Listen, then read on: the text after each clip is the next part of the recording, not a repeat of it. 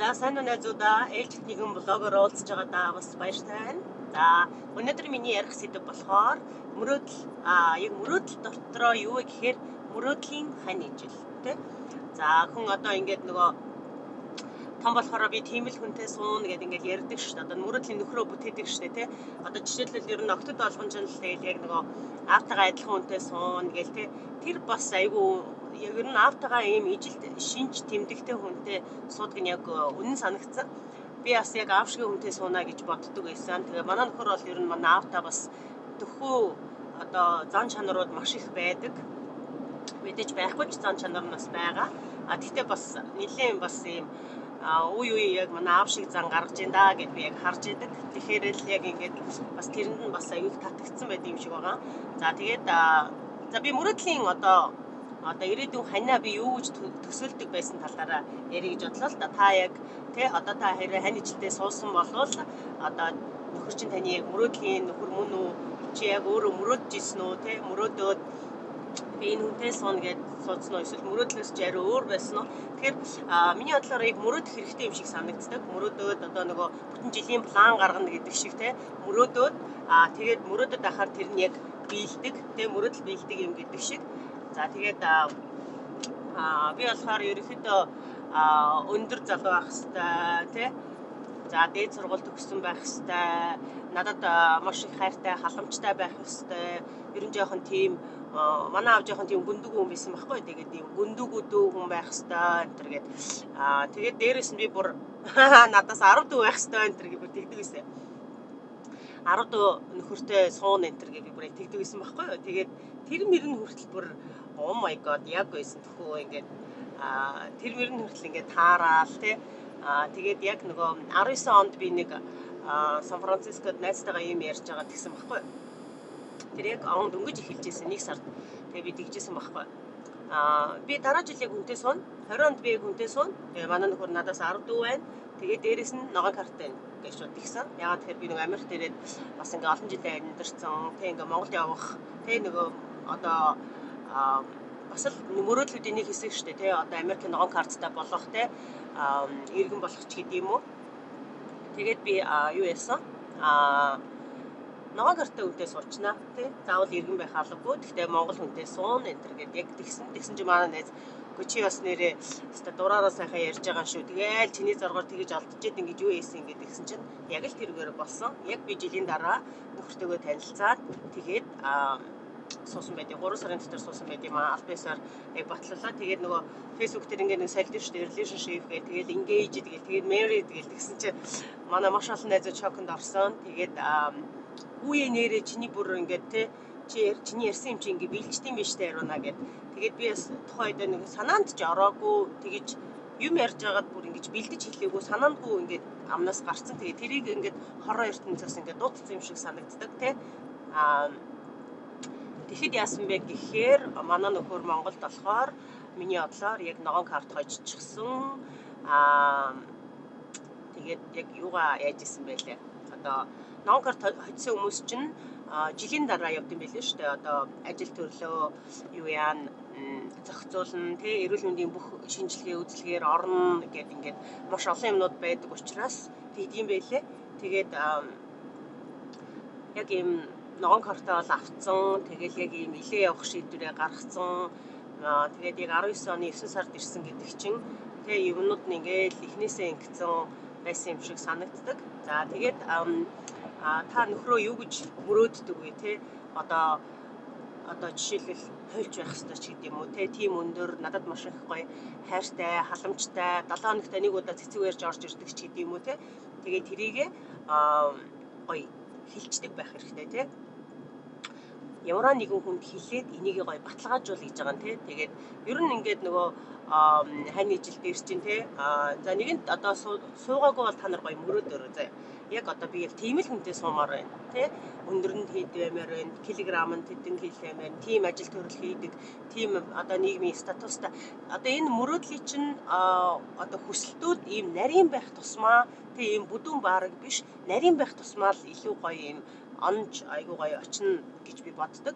Тэгэхээр тэднийг айгуу гоё юм одоогоор бол одоо хүмүүс яг их манифест гэж ярьдаг байсан шүү дээ, тийм гоё манифест хийгээд дуудаж гинэ гэсэн үг. Тэгэхээр ер нь зөвхөн энэ мөрөөдлийн энэ хүсэж байгаа зүйл чинь зөвхөн ер нөхөр дээр чиний бүх юм дээр нөлөөлнө, тийм одоо мөрөөдлийн амьдралаараа амьдрах, тийм мөрөөдлийн ажиллаа хийх, мөрөөдсөн амьдралаараа амьдрах. Тэгэхээр би ч юм бол айгүй тийм бүр Холливуудын од олно гэсэн мөрөөдөлтэй байсан. Тэгээд би чи бүр яг ихэд буюу Лос Анжелест иржсэн. Тэр Холливуд хааны тэр Холливуд бичгтэй газар л очино гэд би шууд тэржсэн. За тэгээд мөрөөдлийнхөө төлөө бол одоо ингээд ийм алхамаар ойртож байгаа. Одоо ингээд тий Холливуудын жүжигчин байхад бол миний ингээд англи хэл маш сайн байх хэвээр тий адаглаа зохиолоо уншаад ойлгох хэмжээний байх хэвээр. Тэгэхээр чин маш олон юмнууд ингээд шалтгаалж яадаг. Тэгээд бас ингээд хүн ингээд сурч мэдхийнхээ хэрэгээр нөгөө хүний мөрөөдөл бас ингээд нөгөө өөрчлөлтөд байдаг тий өөрчлөлтөд байдаг. Одоо болохоор би илүү их тийм нийгэмдээ хэрэгтэй хүн байхыг аяг хүсэж байгаа. Маш олон хүмүүсийн одоо мөрөөдлийг биелүүлэхэд нь гоё тус болсон тий. Ялангуяа би энэ хүүхдийн одоо хүмүүжүүлэлтэй хүүхдийн одоо Америкт ингээд нөгөө байгаа ингээд нөгөө хүүхдүүдийн цагаа зөв өнгөрөөж байгаа газрыг ингээд харахаар яг ийм нөгөө амьдралын болцоотой ч болцоогүй ч бай тийм хүүхдийг л ингээд багаас нь ингээд хүсэл мөрөөдлийн дэмжээд тий яг энэгээр нь ингээд ийм төлбөр мөнгө авахгүйгээр маш гоё юм дээд зэргийн гоё юм цэцэрлэг сургуультай байлахыг байг хүсдэг. Тэгээд тэнд нь хүүхдүүд очиод маш гоё цагаа гоё өнгөрөөдөг тий. Тэгээд тэрэн дээр бүх төрлийн спорт байдаг тий. Бүх төрлийн гоё одоо номын сан байдаг, хичээлээ хийчдэг, тэнд өөрийгөө гоё хөгжүүлцдэг тий. Тэгээд тэрэн дээр бүр ингээд хэрэг хүсэх юм бол ингээд нэг part time одоо 7 хоногийн нэг өдөр 1-2 цаг ажилладаг ч юм уу, тэрийг нь бас үнэлээд хөөрхөн мөнгө өгчдөг ч юм уу тий. Яг ийм том болоод нь өөрт нь хэрэг болох тэр бүх юмнуудыг би болгож өгөх юмсан гэж хардаг.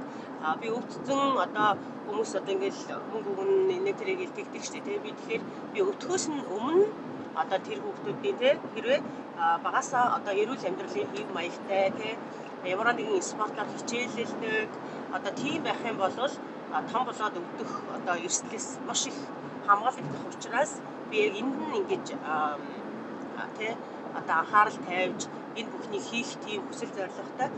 Тэгээ дээрэс нь одоо Нара Томсон багштайгаа багтаагаа учирснаас хойш одоо бид нар ч бүр Dream Team гэдэг би чинь багийн гишүүн шүү дээ. Dream Team гэдэг чинь бол мөрөөдлийн баг тий. За мөрөөдлийн баг болохоор одоо real estate agent байгаа тий. Тэгээд энэ болохоор маш олон хүмүүсийн мөрөөдлийг биелүүлэх хүн чинь угаасаа байр сонгохдоо нэг тий одоо бүх амьдралынхаа туршид нэг 2-3 удаа л байр солино шүү дээ. Ер нь л тий худалдаж авах тий хамгийн ихнийх нь мэдээж худалдаж аавна. Тэгэл хүүхэд олон болоод ирэхээр нөгөө байраа томруулах тий хаустай болох гэдэг чинь тий амьдралдаа 1-2 л удаа хийгддэг юмнууд байгаа даа байхгүй юу? 2-3 удаа ч юм уу тий. Тэгэхээр энэ мөрөөдөл бас гоё тусалаад ингээд Dream Team багтаа авцсандаа би бас маш их баяртай байдаг. Тэгэхээр та нар маань одоо мөрөөдлийн нөхрөө тий одоо мөрөөдлийн амьдралаа тэр бүхнийг гоё бүтээгээрэй гэж хүсмээр байна. Тэгээ мөрөөдөлтөө маш гоё нарийн мөрөөдөл шүү заяа. Одоо жишээлбэл миний бас нэг мөрөөдлийн одоо нэг хэсэг болохоор би дахиад нэг машинтай олмоор байгаа. За дахиад нэг машин болохоор би Mercedes-Benz авмаар байгаа. За Mercedes-Benz дотроо би Maybach юм уу эсвэл би S-классыг авна гэж байгаа. За S-класс нь хар өнгөтэй доторх суудал одоо энэ лидер бүх юмнууд нь дотроо бол улаан өнгөтэй. Тэгээд хамгийн гоё full optionтай тийм Mercedes-тэй байхыг хүсэж байгаа. Ягаад тэгэхээр тэгэд бүр тэрийгээ бүр юу гэж манифест хийж байгаа вэ гэхээр бүр тэрийгээ би өнгөө аав. Өнгөө аавна гэж хүсэж байгаа. Тэгэхээр хэдүүлээ ингээд харъя те миний энэ мөрөөдөл одоо яг ингээд би нэг мөрөөдлөө хуваалцсан шүү дээ. Яг энэ мөрөөдөл нэг би бол нэг 3-6 сарын төлөө биелнэ гэж бодож байгаа. За тэгэхээр 3-6 сарын дараа одоо энэ бичлэгээ үзээд яг би манифестээ зөв хийж үү, яг тэрнтэйгээ болсон байна уу хэдүүлээ гоёос харцгаая. Тэгэхээр та нар ч гэсэн өөрийнхөө мөрөөдлийг хэлээд өөртөө тунхаглаад утсан дээрээ зүгээр л бичиж орчих. Тэгээд дараа нь харна шүү дээ те. Дараа нь нэрээ би ингээд 26-ны 1 сар гарч байхад би мөрөөдлөө бичсэн.